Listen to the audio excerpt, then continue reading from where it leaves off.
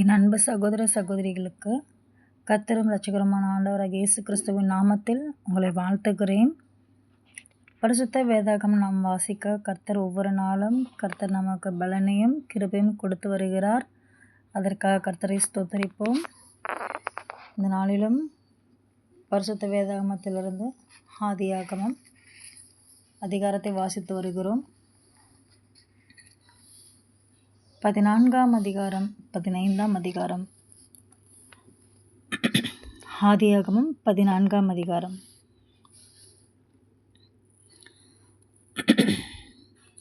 சினேயாரின் ராஜாவாகிய அம்ராப்பேலும், ஏலாசாரின் ராஜாவாகிய அரியோகும், ஏலாமின் ராஜாவாகிய கெதர்லாகோமரும்,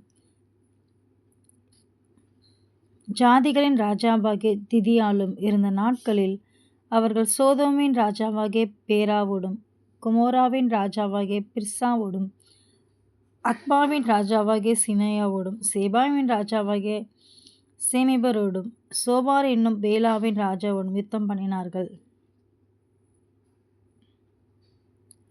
இவர்கள் எல்லாரும் உப்பு கடலாகிய சித்திம் பள்ளத்தாக்கிலே குடினார்கள். இவர்கள் 12 வருஷம் கெதர்லாகோமரை சேவித்து 13ஆம் வருஷத்திலே கலகம் பண்ணினார்கள். 14ஆம் வருஷத்திலே கெதர்லாகோமரும் அவனோடே கூடியிருந்த ராஜாக்களும் வந்து அஸ்தோத்ரா கர்ணையா மேலே இருந்த ரெபாயிமரையும், காமிலே இருந்த சுசிமியரும், சாவே கிரியாத்தீமிலே இருந்த ஏமியரையும், சேயீர் மலைகளில் இருந்த ஓரியரையும், வனாந்தரத்துக்கு அருகான எல்பாரான் மட்டும் முறியடித்து திரும்பி காதேஸ் என்னும் என்மிஸ்பாத்துக்கு வந்து அமலேக்கியருடைய நாடனத்தையும் அத்சாத்சோன் தாமாரிலே குடியிருந்த எமோரியரும் கூட சங்கரித்தார்கள். அப்பொழுது சோதோமின் ராஜாவும், கொமோராவின் ராஜாவும், அத்மாவின் ராஜாவும், செபோயீமின் ராஜாவும், சோபார் என்னும் பேலாவின் ராஜாவும் புறப்பட்டு சித்திம் பள்ளத்தாக்கிலே ஏலாமின் ராஜாவாகிய கெதர்லாகோமரோடும், ஜாதிகளின் ராஜாவாகிய திதியாலோடும், சினேயாரின் ராஜாவாகிய அம்ராப்பேலோடும், ஏலாசரின் ராஜாவாகிய அரியோகோடும் யுத்தம் பண்ண புறப்பட்டு அந்த 5 ராஜாக்களோடும் இந்த 4 ராஜாக்களும் யுத்தம் பண்ணினார்கள்.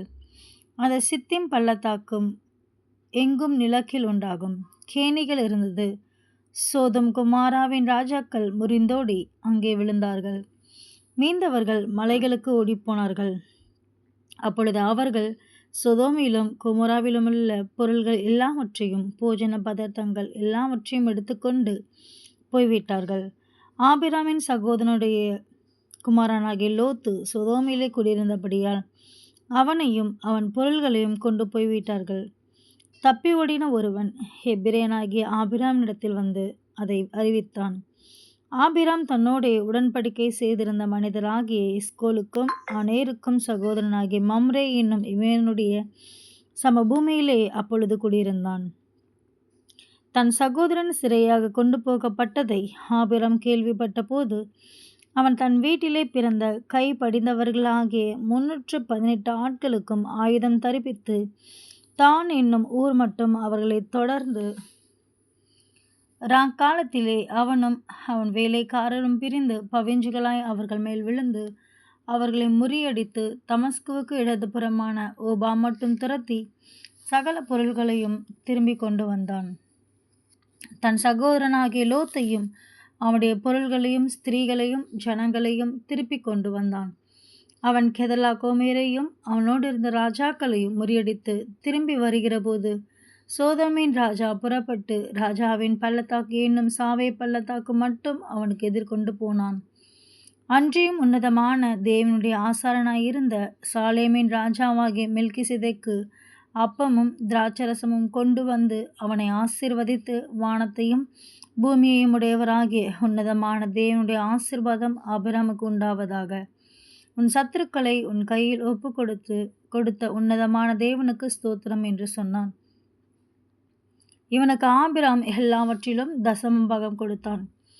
சோதோமின் ராஜா ஆபிராமை நோக்கி, ஜனங்களை எனக்கு தாரும், பொருள்களை நீர் எடுத்துக்கொள்ளும் என்றான்.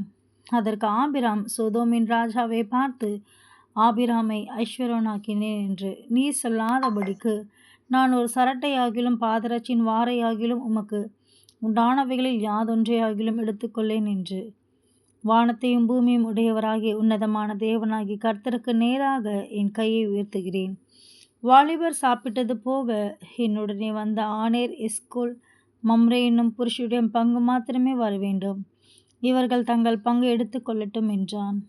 ஆமென்.